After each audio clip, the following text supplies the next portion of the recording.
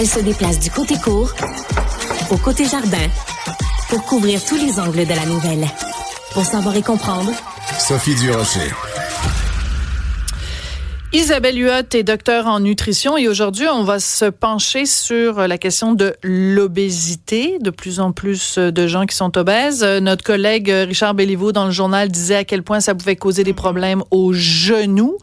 Les genoux ont de la difficulté à supporter tout ce poids, problème d'arthrite. Est-ce que les médicaments sont la meilleure solution ou il y a d'autres solutions, Isabelle? Médicaments style Ozempic. Ben justement, c'est tellement la folie, puis l'histoire de la médication en termes de perte de poids, on n'a pas eu beaucoup de succès dans le passé. Je pense notamment aux médicaments qui étaient utilisés pour empêcher l'absorption du gras. Ça amenait ce qu'on appelle une diarrhée avec beaucoup de gras dans les selles. Ça a été mis de côté. Au début des années 70, on utilisait des amphétamines. Ça aussi, ça a causé beaucoup de problèmes, l'hypertension pulmonaire. Bref, il y a beaucoup de choses qu'on a essayé dans le passé qui n'ont pas fonctionné. Je dirais depuis, Ozempic a été accepté en 2018 pour le traitement du diabète. On s'est rendu compte que ça fonctionnait pour la perte de poids. Et depuis 2023, c'est la folie. Et ça m'inquiète. Donc, oui, c'est bon. Oui, en fait, ça m'inquiète parce que c'est souvent demandé pour des raisons purement esthétiques. Donc, c'est quoi l'Ozempic? Parce qu'il y a plein de molécules maintenant qui viennent d'arriver sur le marché. Il y a une grosse compétition entre l'industrie pharmaceutique qui va avoir la molécule qui va fonctionner le plus rapidement. On apprenait vendredi dernier là que justement Novo Nordisk était dans la course pour lancer une nouvelle molécule qui est en phase 2 qui amènerait une perte de poids plus rapide. Et là, c'est vraiment une grosse compétition. Donc, qu'est-ce que c'est, Sophie? Analogue GLP-1 pour glucagon-like peptide 1.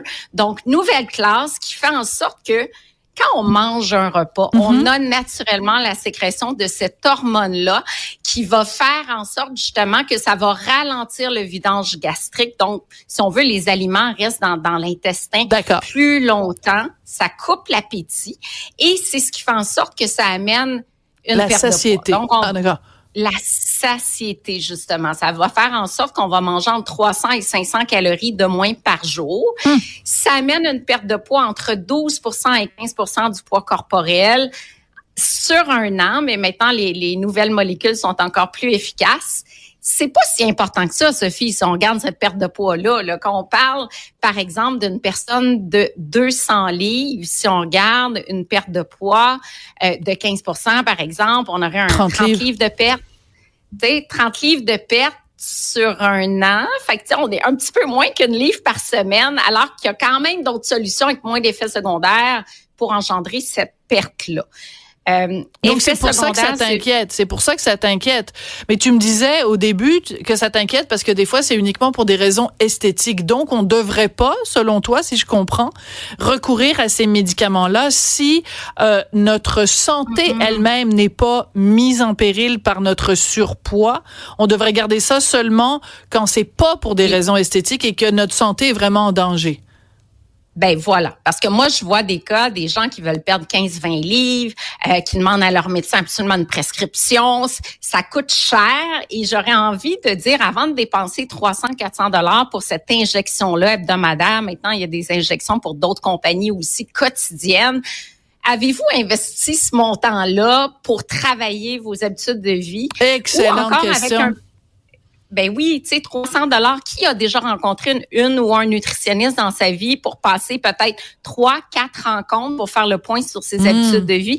Qui a déjà rencontré un psychologue spécialisé en troubles du comportement alimentaire si on a tendance à avoir des débordements, des compulsions alimentaires? Qui a déjà investi ce montant-là dans un kinésiologue pour un programme d'exercice adapté, travailler son métabolisme? Pour moi, c'est la voie facile. Je comprends qu'il y a des cas où il y a des complications puis il faut agir plus vite, mais quand même, c'est rendu l'accessibilité facile à se procurer. C'est rendu, je ferai pas d'effort, je vais prendre l'Ozempic ou encore je vais prendre les autres molécules parce qu'il y en a plein maintenant sur le marché, alors qu'on doit à la base travailler ses habitudes de vie.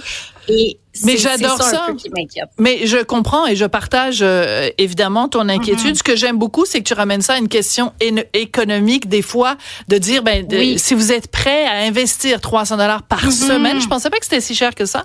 $300 par semaine. Par mois, désolé. $300 par mois. Semaine, c'est par mois. Mais quand même, $300 par mois. En effet, prenez cet argent-là puis on pourrait l'investir avec des professionnels ou changer des modes de vie. Parmi les suggestions que tu fais, consommer moins d'aliments transformés, éviter les boissons sucrées et redécouvrir ces signaux de satiété. Ou alors, moi, je dirais aussi une autre option, écouter Cube Radio tous les lundis parce que les chroniques d'Isabelle nous amènent à justement remettre en question nos habitudes de vie. Oui, puis oubliez pas que quand vous cessez la médication, il y a une reprise de poids, ça vient d'être démontré dans une étude. On reprend presque totalement le poids perdu, puis il y a énormément d'effets secondaires du point de vue gastro-intestinal, nausées, vomissements, surtout au début, mais ça reste une médication avec des effets secondaires. Pensez-y 2 fois. Pensez-y 2 fois parce qu'à un moment donné, il faut aussi apprendre à s'aimer. Et si le prix de cette perte de poids, c'est d'avoir des nausées, des vomissements, moi, je sais pas, mais bon, ça vaut la peine de peser le pour et le contre et le coût et les bénéfices. Voilà. Isabelle, désolée d'avoir écourté ta chronique aujourd'hui. On lui a fait faire subir un traitement Ozempic, ta chronique a rétréci. Elle était toute mince aujourd'hui, ta chronique. Merci beaucoup, Isabelle. C'est correct. Merci, Cybèle. Un plaisir de t'avoir avec moi. On se retrouve demain. Débat, opinion et analyse. Cube.